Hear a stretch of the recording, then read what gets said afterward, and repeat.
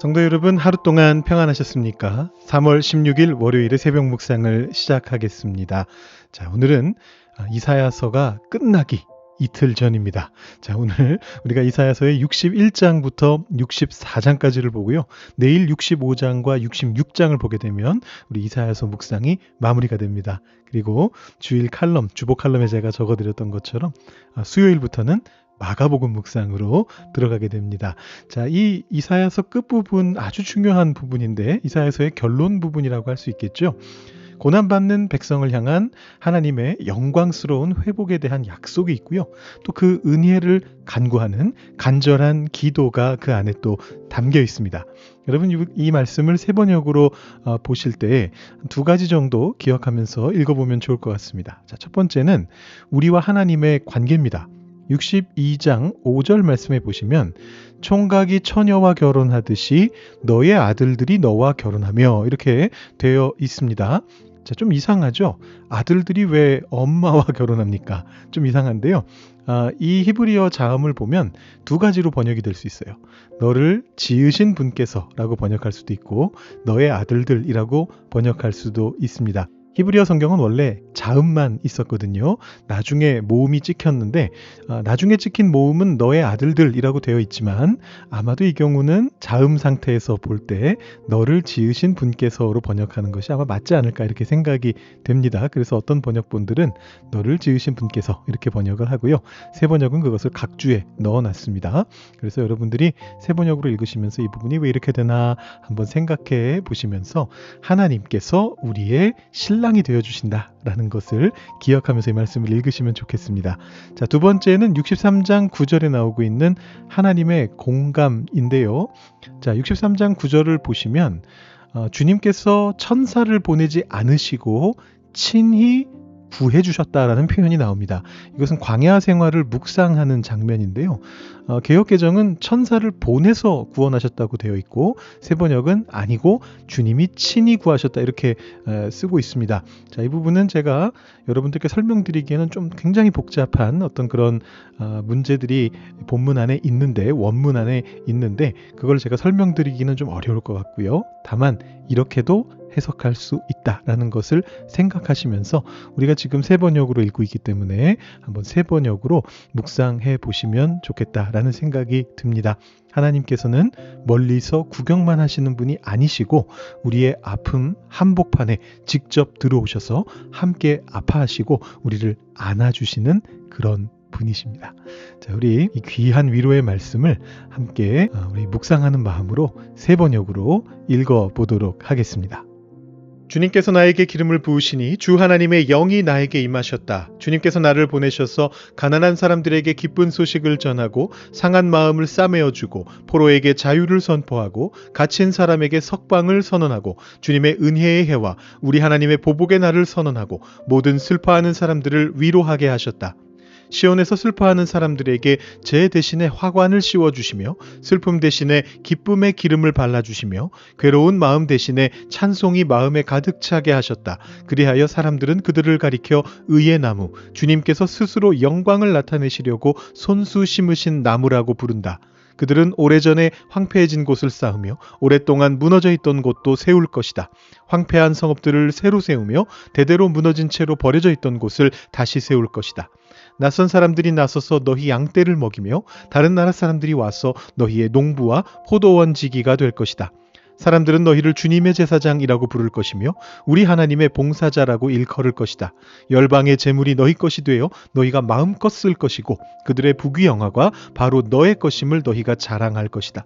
너희가 받은 수치를 갑절이나 보상받으며 부끄러움을 당한 대가로 받은 몫을 기뻐할 것이다. 그러므로 너희가 땅에서 갑절의 상속을 받으며 영원한 기쁨을 차지할 것이다. 나 주는 공평을 사랑하고 불의와 약탈을 미워한다. 나는 그들의 수고를 성실히 보상하여 주고 그들과 영원한 언약을 세우겠다. 그들의 자손이 열방에 알려지며 그들의 자손이 만민 가운데 알려질 것이다. 그들을 보는 사람마다 그들이 나 주의 복을 받은 자손임을 인정할 것이다. 신랑에게 제사장의 관을 씌우듯이 신부를 폐물로 단장시키듯이 주님께서 나에게 구원의 옷을 입혀주시고 의의 겉옷으로 둘러주셨으니 내가 주님 안에서 크게 기뻐하며 내 영혼이 하나님 안에서 즐거워할 것이다. 땅이 싹을 내며 동산이 거기에 뿌려진 것을 움트게 하듯이 주 하나님께서도 모든 나라 앞에서 의와 찬송을 샘솟듯이 솟아나게 할 것이다. 시온의 의가 빛처럼 드러나고 예루살렘의 구원이 횃불처럼 나타날 때까지 시온을 격려해야 하므로 내가 잠잠하지 않겠고 예루살렘이 구원받기까지 내가 쉬지 않겠다. 이방 나라들이 내게서 의가 이루어지는 것을 볼 것이다. 뭇 왕이 내가 받은 영광을 볼 것이다. 사람들이 너를 부를 때에 주님께서 내게 지어주신 새 이름으로 부를 것이다. 또한 너는 주님의 손에 들려있는 아름다운 면류관이 될 것이며 하나님의 손바닥에 놓여있는 왕관이 될 것이다. 다시는 어느 누구도 너를 두고 버림받은 자라고 하지 않을 것이며 다시는 너의 땅을 일컬어 버림받은 아내라고 하지 않을 것이다. 오직 너를 하나님께서 좋아하시는 여인이라고 부르고 내 땅을 결혼한 여인이라고 부를 것이니 이는 주님께서 너를 좋아하시며 내 땅을 아내로 맞아주는 신랑과 같이 되실 것이기 때문이다. 총각이 처녀와 결혼하듯이 너의 아들들이 너와 결혼하며 신랑이 신부를 반기듯이 내 하나님께서 너를 반기실 것이다. 예루살렘아, 내가 너의 성벽 위에 파수꾼들을 세웠다. 그들은 밤이나 낮이나 늘 잠잠하지 않을 것이다. 주님께서 하신 약속을 늘 주님께 상기시켜드려야 할 너희는 가만히 있어서는 안 된다. 늘 상기시켜드려야 한다. 주님께서 예루살렘을 세우실 때까지 쉬시지 못하게 해야 한다.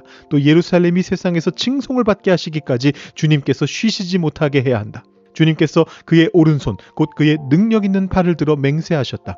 내가 다시는 네 곡식을 네 원수들의 식량으로 내주지 않겠다. 다시는 네가 수고하여 얻은 포도주를 이방 사람들이 마시도록 내주지 않겠다. 곡식을 거둔 사람이 곡식을 빼앗기지 않고 자기가 거둔 것을 먹고 주님을 찬송할 것이다. 거둔 사람이 자기가 거둔 것을 내 성소 뜰에서 마실 것이다. 나아가거라. 성 바깥으로 나아가거라. 백성이 돌아올 길을 만들어라. 큰 길을 닦고 돌들을 없애어라. 문 민족이 보도록 깃발을 올려라. 보아라, 주님께서 땅끝까지 선포하신다. 딸 시온에게 일러주어라. 보아라, 너의 구원자가 오신다. 그가 구원한 백성을 데리고 오신다. 그가 찾은 백성을 앞장 세우고 오신다. 사람들은 그들을 거룩한 분의 백성이라 부르며 주님께서 속량하신 백성이라 부를 것이다. 사람들은 너 예루살렘을 하나님께서 사랑한 도성이라고 부르며 하나님께서 버리지 않은 도성이라고 부를 것이다. 에돔에서 오시는 이분은 누구신가? 붉게 물든 옷을 입고 보스라에서 오시는 이분은 누구신가? 화려한 옷차림으로 권세당당하게 걸어오시는 이분은 누구신가? 그는 바로 나다. 의를 말하는 자요 구원의 권능을 가진 자다.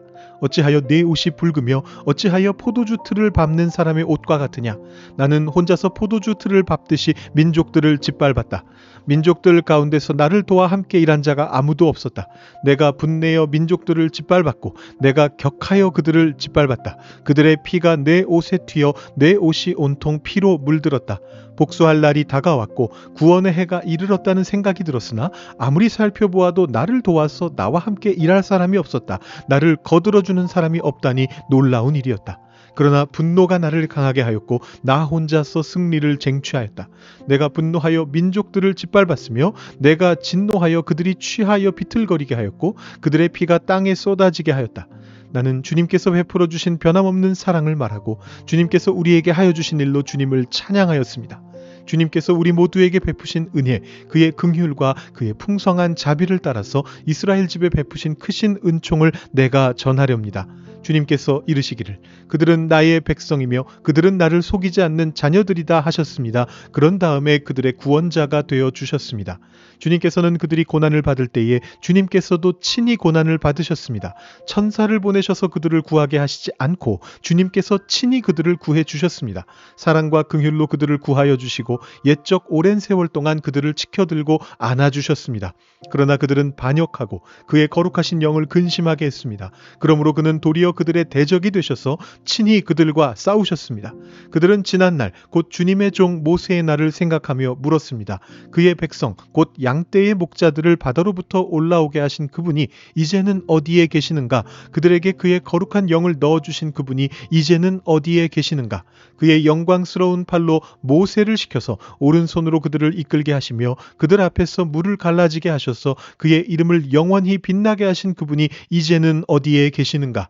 말이 광야에서 달리듯이 그들을 깊은 바다로 걸어가게 하신 그분이 이제는 어디에 계시는가?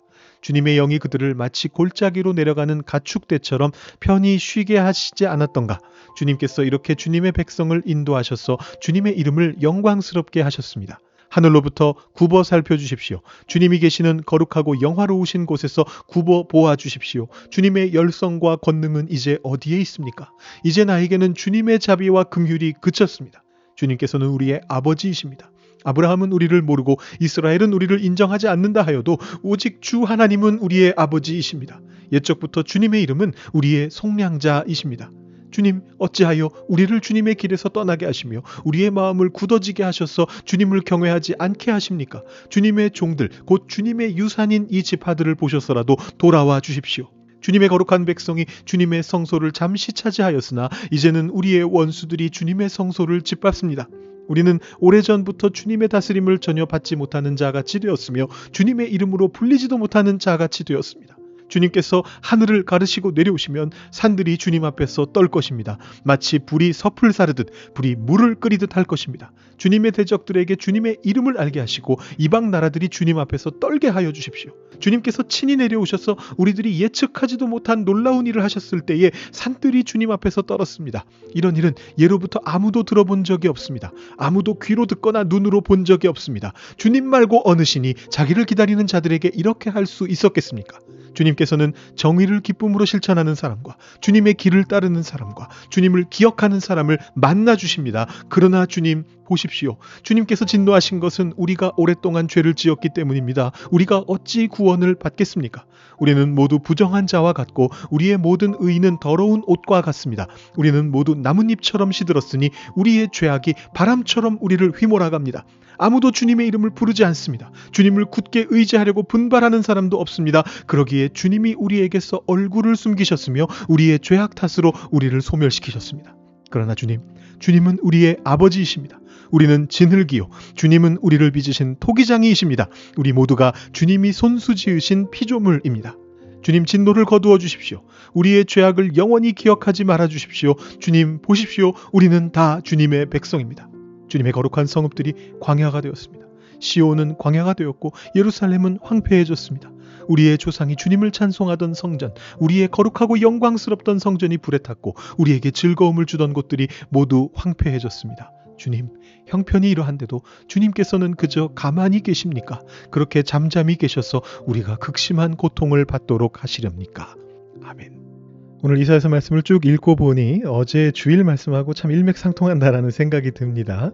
그렇게 일부러 짠 건 아닌데 참 우연하게도 하나님의 은혜로 그렇게 연결이 되었습니다. 우리 64장의 내용과 우리 주일 말씀을 함께 연결해서 묵상하시면 아마 마음속에 큰 은혜가 되실 것 같습니다. 자, 어제 말씀 한 번 더 살펴보도록 하겠습니다. 마가복음 10장 17절부터 27절까지 먼저 제가 읽어드리고요. 그 다음에 어제 주일 설교 말씀을 한번 요약해 보도록 하겠습니다. 예수께서 길에 나가실새 한 사람이 달려와서 꿇어앉아 묻자오되 선한 선생님이여 내가 무엇을 하여야 영생을 얻으리이까? 예수께서 이르시되 네가 어찌하여 나를 선하다 일컫느냐? 하나님 한 분 외에는 선한 이가 없느니라. 네가 계명을 안 하니 살인하지 말라, 간음하지 말라, 도둑질하지 말라, 거짓 증언하지 말라, 속여 빼앗지 말라, 네 부모를 공경하라 하였느니라. 그가 여짜오되 선생님이여 이것은 내가 어려서부터 다 지켰나이다. 예수께서 그를 보시고 사랑하사 이르시되 네게 아직도 한 가지 부족한 것이 있으니 가서 네게 있는 것을 다 팔아 가난한 자들에게 주라. 그리하면 하늘에서 보화가 네게 있으리라. 그리고 와서 나를 따르라 하시니 그 사람은 재물이 많은 고로 이 말씀으로 인하여 슬픈 기색을 띠고 근심하며 가니라. 예수께서 둘러보시고 제자들에게 이르시되 재물이 있는 자는 하나님의 나라에 들어가기가 심히 어렵도다 하시니 제자들이 그 말씀에 놀라는지라. 예수께서 다시 대답하여 이르시되 얘들아 하나님의 나라에 들어가기가 얼마나 어려운지 낙타가 바늘귀로 나가는 것이 부자가 하나님의 나라에 들어가는 것보다 쉬우니라 하시니 제자들이 매우 놀라 서로 말하되 그런즉 누가 구원을 얻을 수 있는가 하니 예수께서 그들을 보시며 이르시되 사람으로는 할 수 없으되 하나님으로는 그렇지 아니하니 하나님으로서는 다 하실 수 있느니라. 아멘. 우리가 문자로만 혹은 글자로만 그렇게 대화를 하다 보면 상대방의 감정이나 어조를 읽지 못해서 크게 오해를 할 때가 많습니다. 우리 만나서 얘기해 라는 아주 짧은 그런 문장도 그냥 문자로만 보면 이게 험악한 핀잔의 메시지일 수도 있고 아니면 반가운 선물을 주려는 신난 목소리일 수도 있어요. 글자에 갇히면 우리가 그 의미를 잊어버리게 되는데요. 우리가 성경을 읽을 때도 마찬가지입니다. 오늘 마가복음 10장에 나오는 이 유명한 부자 청년 이야기, 낙타와 바늘귀의 비유를 글자로만 읽다 보면 네 재산을 다 팔아라. 부자가 천국 가는 것이 낙타가 바늘귀 들어가는 것보다 어렵다. 아주 차갑고 무서운 심판관의 명령처럼 들립니다. 그렇지만 과연 예수님의 표정과 목소리가 그렇게 차가웠을까요? 자, 우리가 선입견을 좀 지워봐야 됩니다. 이 부자 청년, 우리 결말을 아는 우리는 이 자기가 어릴 때부터 율법을 다 지켰다라고 말하는 이 부자 청년을 좀 욕심 많은 악역 정도로 보게 됩니다. 자, 그런데 2000년 전 유대사에서 부자란 하나님께 복을 받은 천국 들어가는 1순위 이제 신자를 의미하는 표현이었죠. 게다가 이 청년이 사회적 지위가 있었음에도 젊은 목수인 예수님께 헐레벌떡 달려와서 흙바닥에 무릎을 꿇을 만큼 이 영생에 대한 진지한 갈망이 있는 사람이었습니다. 그래서 예수님께서도 진정성 있는 따뜻한 목소리를 들려주시는 거예요. 예수께서 그를 보시고 사랑하사 말씀하셨다. 사랑의 마음으로 말씀하셨던 거죠. 이 예수님의 처방전은 무서운 정죄가 아니었습니다. 내가 무엇을 해야 영생을 얻습니까? 자기의 능력으로 구원을 성취하려는 그 청년에게 너의 힘으로가 아니다. 하나님을 통해서 받아야 된다는 걸 깨닫게 하시려는 말씀이었어요. 그런데 이 청년은 재물이 많았기 때문에 그 예수님의 따뜻한 목소리를 듣지 못했습니다. 슬퍼하며 떠나갔습니다. 제자들이 패닉에 빠지죠.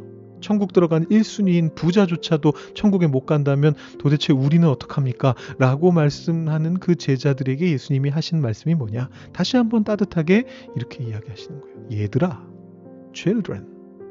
한심하다라는 호통이 아닙니다. 이 부분 바로 앞에서 어린아이들을 안아주셨고 방금 전에 그 부자 청년을 애틋하게 보셨던 그 사랑의 눈빛을 고스란히 담고서 제자들을 바라보시는 거예요. 나의 사랑하는 아이들아, 영생은, 구원은 너희들의 능력으로 쟁취하는 게 아니란다. 다독여 주시는 속삭임입니다. 이 낙타가 바늘귀를 통과하는 것보다 어렵다라는 말씀은 그 당시 랍비들이 사용하던 과장법이에요. 인간의 구원은 자기 능력으로는 절대 불가능하다. 돈으로는 아예 안 된다. 그런 말씀을 하고 싶었던 거죠. 예수님께서 이렇게 선언하시지 않았습니까? 사람으로는 할 수 없으되 하나님으로서는 다 하실 수 있느니라. 부자 청년이 이 말씀까지 듣고 갔어야 되는데 중간에 떠났던 것이 참 아쉬운 일이죠. 인간의 0%가 하나님의 100%를 만나면 구원이 일어납니다. 구원은 100% 하나님을 의지하는 기적입니다. 신앙은 내 안에 있는 것을 내 힘으로 어떻게 해결해 보려고 하는 그런 고행의 순간들이 아닙니다. 우리가 이 사순절 기간 동안에 고행으로 나아가서는 안 돼요. 오히려 사람인 저는 도저히 할 수 없습니다. 정직하게 고백하면서 하나님께서는 다 하실 수 있다라고 속삭이시는 예수님의 그 목소리를 들으며 그 다정한 품에 나를 온전히 내어 맡기는 기적의 항복이 바로 신앙입니다. 여러분, 이번 한 주 연약한 내 모습과 한계 앞에서 근심하며 돌아가지 마시고 우리를 긍휼히 여기시며 얘들아, 내가 다 할게. 하나님은 하실 수 있어. 말씀하고 위로하시는 그 주님의 따뜻한 목소리에 내 영혼을 기대시는 참된 자유와 평안이 여러분과 함께 하실 수 있기를 축복드립니다. 나눔 질문 2가지가 있습니다. 우리 사순절 기간 동안 기도를 같이 해야 되기 때문에 나눔 질문은 저희가 짧게 보고 넘어갑니다. 혹시 이 질문으로 묵상해 보시고 싶으신 분들은 화면을 잠깐 누르셔서 멈춰 두시고 한번 생각해 보시면 좋을 것 같아요. 누군가의 따뜻한 목소리 하나로 얼어붙었던 마음이 녹았던 경험이 있다면 생각해 보시고, 사람은 할 수 없으되 하나님은 하실 수 있느니라 다정한 그 주님의 음성 가운데서 내가 맡겨드려야 될 게 무엇일까 생각해 보시는 시간 가져보시면 좋겠습니다. 지금 이 시간에는 우리 기도하는 시간 같죠. 이번 주에는요. 기도 카드를 내시기 좀 어려운 분들을 위한 중보 기도를 좀 하면 좋겠습니다. 오늘은 먼 곳에 계신 분들을 위해서 좀 기도하기를 원하는데요. 우리 강영희 전도사님, 나상각 권사님, 또 이승찬 청년, 이렇게 3분을 위해서 함께 기도하면 좋겠습니다.